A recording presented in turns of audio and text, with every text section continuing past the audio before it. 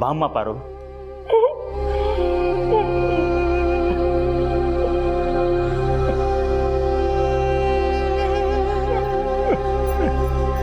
ಅಪ್ಪ, ನೀನು ಅಳೋದನ್ನ ನನ್ನ ಕೈಲಿ ನೋಡೋಕ್ಕಾಗಲ್ಲ ಅಪ್ಪ. ದಯವಿಟ್ಟು ಅಳ್ಬೇಡ. ಊರು ತುಂಬ ಕಂಡ್ಕೊಂಡವರೆಲ್ಲ ಬಾಯಿಗೆ ಬಂದಂಗೆ ಮಾತಾಡ್ತಾ ಇದ್ರೆ ಹೇಗಮ್ಮ ಸಹಿಸ್ಕೊಳ್ಳಿ? ಆ ಫೋಟೋ ಹೇಗೆ ಬಂತು? ಚಿಕ್ಕ ಯಜಮಾನ್ರು ಯಾಕೆ ಹಂಗಂದ್ರು ಒಂದು ಅರ್ಥ ಆಗ್ತಿಲ್ವಲ್ಲ ಮಗಳೇ.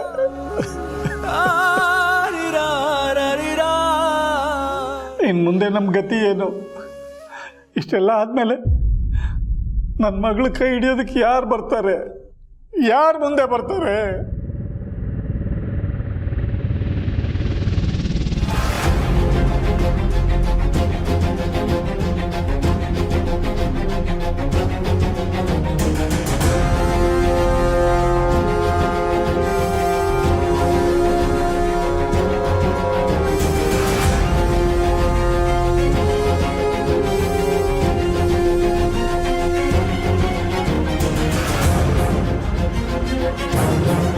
ಚಿಕ್ಕ ಯಜಮಾನ್ರೆ, ಇಂಥ ಟೈಮಲ್ಲಿ ಯಾಕೆ ಬರೋಕ್ಕೆ ಹೋದ್ರಿ?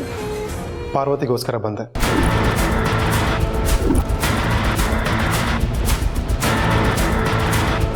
ನಾನು ಪಾರ್ವತಿನ ತೊಂದರೆಗೆ ತಳಿದ್ದೀನಿ ಅಂದಮೇಲೆ ಆ ತೊಂದರೆಯಿಂದ ಹೊರಗೆ ಕರ್ಕೊಂಬರೋ ಜವಾಬ್ದಾರಿ ನಂದೇ ಅಲ್ವಾ?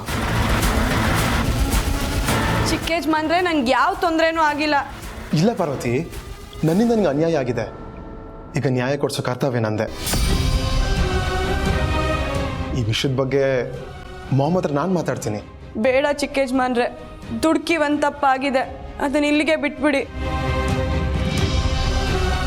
ನಿಮಗೆ ನನ್ನ ಬಗ್ಗೆ ಕನಿಕರ ಇದ್ರೆ ಒಂದು ಸಹಾಯ ಮಾಡಿ. ಹೇಳು ಪಾರ್ವತಿ, ಅದೇನು ಮಾಡ್ಬೇಕು ಹೇಳು, ನಾನು ಮಾಡ್ತೀನಿ.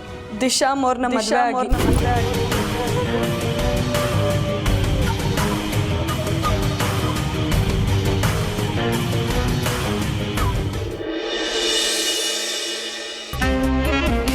ಲೋ ಗೆಳೆಯ, ನಂಗೆ ಎಂಥ ಕೆಲಸ ಮಾಡ್ಬಿಟ್ನೋ ಗೆಳೆಯ.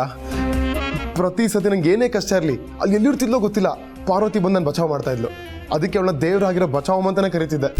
ಆ ದಿಶಾ ಜೊತೆ ನನ್ನ ಎಂಗೇಜ್ಮೆಂಟ್ನ ಹೇಗಾದರೂ ಕ್ಯಾನ್ಸಲ್ ಮಾಡಬೇಕು ಅಂತ ಒದ್ದಾಡ್ತಾ ಇದ್ನೋ. ಅದೇ ಟೈಮಲ್ಲಿ ನನ್ನ ಪಾರ್ವತಿ ಫೋಟೋ ಸ್ಟೇಜ್ ಮೇಲೆ ಬಂತು. ಅದು ಹೇಗೆ ಬಂತೋ ಗೊತ್ತಿಲ್ಲ. ಸರಿ ಯೂಸ್ ಮಾಡ್ಕೊಳ್ಳೋಣ ಅಂತ ಪಾರ್ವತಿ ಹೆಸರು ತೊಗೊಂಡೆ. ನಾನು ಬಚಾವದ್ನೋ, ಪಾರ್ವತಿ ಸಿಗಾಕೊಂಡ್ಲು. ಬಿಳಿ ಹಾಳೆ ಥರ ಇರೋ ಅವಳ ಪವಿತ್ರವಾದ ಬದುಕಿಗೆ ಕಪ್ಪು ಚಿಕ್ಕಿ ಇಟ್ಟು ಕಳಂಕ ತಂದ್ಬಿಟ್ನೋ. ನನ್ನ ಮೇಲೆ ನನಗೆ ಅಸಹ್ಯ ಆಗ್ತಿದ್ಯೋ.